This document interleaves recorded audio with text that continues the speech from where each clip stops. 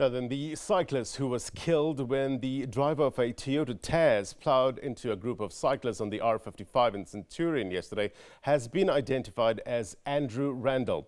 And tributes are pouring in from his family, friends and the cycling community. Randall and more than 10 others were actually cycling at around 6 o'clock yesterday morning when the incident happened. Two other cyclists sustained injuries. Prinsloo is one of them, and he now joins us live in studio. Chris, thank you very much indeed for coming through. I know it was a traumatic incident yesterday for you, so I appreciate your bravery in coming in, talking about it. Please tell us, how did events unfold yesterday morning? Yeah, thanks for the opportunity. We're a group of guys that cycle together quite often during the week, and obviously yesterday being a public holiday, we decided to do a bit of a longer route than what we normally would do. And about 15 kilometers into the ride on that R55 road, which is a wide road, a double carriage, 2 lanes going each way with a very wide shoulder. And we were sort of riding 2 abreast, but inside the yellow lane, not going too fast, chatting and just having a good time. And then all of a sudden we just, from where I was sort of in the first half of that bunch of riders, we just heard this noise. It sounded like guns going off almost, but the noise didn't stop. Yeah. And the next moment, I was knocked off my bike, and I just saw chaos around me when I got up there. So yeah, it was just a terrible. So the noise that you're describing as guns going off was the car hitting cyclists? Well, it was basically the car hitting the bicycles, and as the bicycles broke, most of the bicycles are made of carbon fiber. And the bikes and the wheels, and that noise can only be the sound of those the bicycles and the wheels breaking as the car hits us from the back. So paint a picture for us. The group of what 10 cyclists? We were about 14. 14 cyclists. Yeah. Were you riding in a single file or alongside each other? As I say, we were sort of doing 2 abreast. Yeah.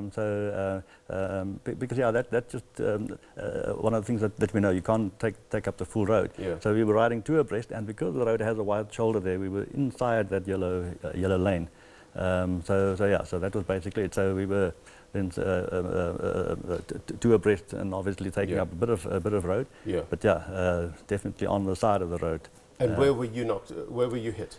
I'm not exactly sure, but the car actually did hit my bike itself and broke the back wheel into pieces, and that bump must have knocked me off my bike. Right.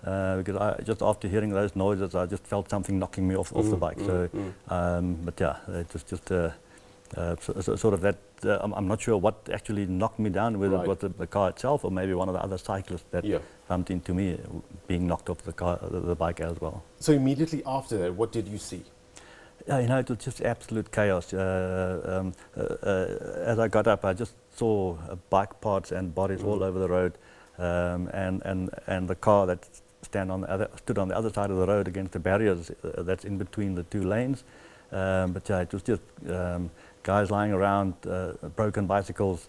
Obviously your first impression there is just one of shock. That it can't be happening to you. You hear about these things happening all the time. Now it's happened to us as a group. Yeah. So it was just a traumatic experience to see that. Where did the vehicle end up, the one that hit you guys? Well, it hit up, as I say, on the right-hand side of this carriageway going south, against the barriers on the island between the 2 lanes. And the driver of the vehicle? When I was just looking around myself first and seeing who I can help around myself, and then when I looked up to where the car was and walked up there at some point, the driver was standing next to the car against the barriers there, and some of our cyclists was trying to just make sure he stays there and doesn't run away. He was outside of the car at that moment in time.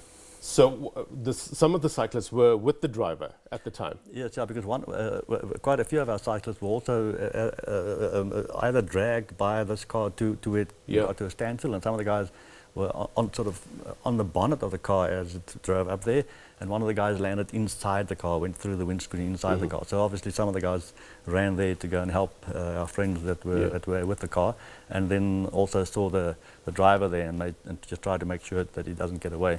What was his demeanor like? You know, he was sort of trying to explain he couldn't have hit us. He was on the other side of the road. So yeah, it was really trying to defend himself, that it couldn't have been him. But yeah, we knew. You can see the skid marks on the road from where the impact point was to where the car came to a standstill. Yeah. But yeah, so the driver himself, I think, was trying to make sure that he doesn't get implicated by this. And then there was another passenger in that car as well? There was a passenger in the vehicle as well, yeah. All right, and we had reports that the driver ran away, is that correct? Sorry? We had reports that the driver ran away after that. How did that happen? Yeah, so that actually, because it's an open road, and it can get quite busy there. At some point, we just realized that there's cars coming, and some of our guys were still lying in the road itself. So we moved to the northern side of the accident scene to just make sure that we slow down cars that are oncoming. And at that point in time, we couldn't keep the driver where he was, and he used that opportunity to run away. Tell us about this stretch of road, and do you normally cycle on this stretch of? Is it a popular among cyclists? It's a very popular road because it's so wide, with a wide shoulder. It's not too busy. Obviously during peak hours it's busy, but the times when we normally cycle there in the northerly and southerly direction on that road, it's not that busy because it has a wide shoulder. So it's a very popular road, nice and smooth road surface. And as I say, a road that a lot of cyclists use as part of their training routes. What, from your understanding, what are the rules of the road in terms of cyclists? Are cyclists allowed to cycle on the shoulder of the road? Yeah, as far as I know, it's only on your main national highways where cyclists obviously are not allowed to ride on. But that particular road, we are allowed to ride. Obviously, making use as far as possible of the emergency lane or the shoulder of the road.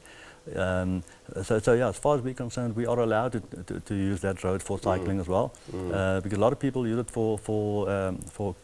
to commute to work and back as well. Because there's obviously residential areas around there as well. And people use that road to go to work towards Pretoria and wherever they go on that road as well. So that's all pretty busy, very busy. And cyclists, not even cyclists that do it for training and sport purposes like we did, but just for commuting as well. Did you know Andrew well? I didn't know him well. He was part of the group that I normally ride with in the week. But I know of him, and I know family man? He's a family man, as far as I know. Yeah, him and his wife are part of a cycling club, the Centurion, marshals of that club, of specific groups that they ride with. So yeah, so they were very, very active in the cycling community as well. Was his wife riding with him yesterday? No, she wasn't riding with him yesterday, no. Okay.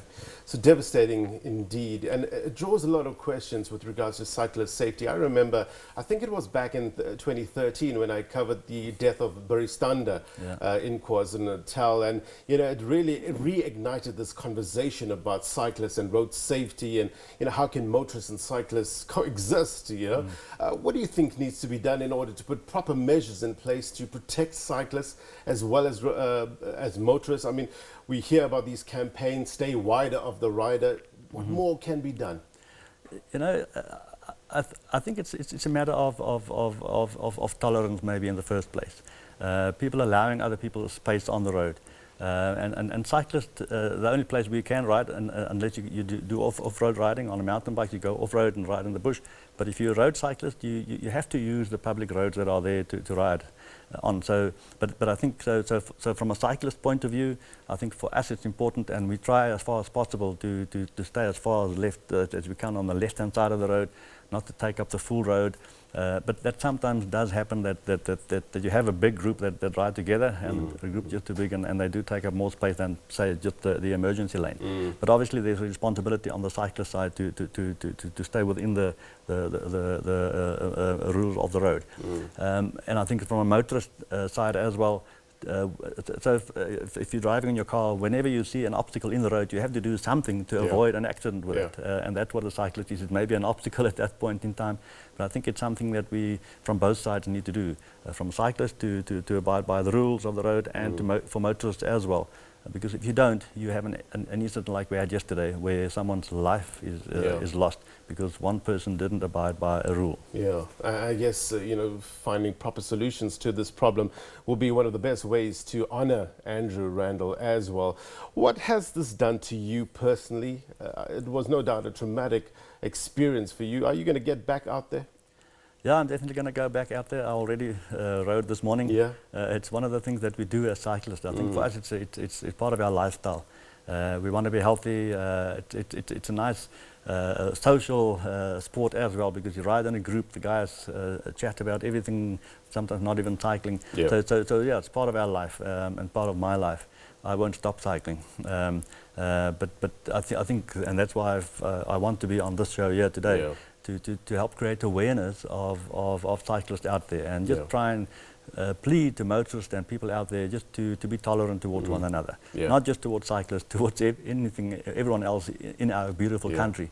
Because this country lends itself to a sport like cycling. People come from overseas to come and train here in the off seasons. So road cycling in South Africa will always be there. And I think, I can just plead for tolerance from both ends. Very, very important advice. Thank you very much indeed for your time, Chris. We do really appreciate you coming on. It was a traumatic experience, as we've been talking about, but it's brave of you to come here and speak to the nation and, try to get this conversation going again. And I guess that's the only way, dialogue, isn't it? To convince people that, look, cyclists and motorists can coexist. And we need to make sure that our cyclists and motorists are safe at the same time. Chris, thank you very much indeed for you being here. Chris Prinsloo is one of the survivors from yesterday's Centurion hit-and-run incident in which one cyclist was killed on the R55.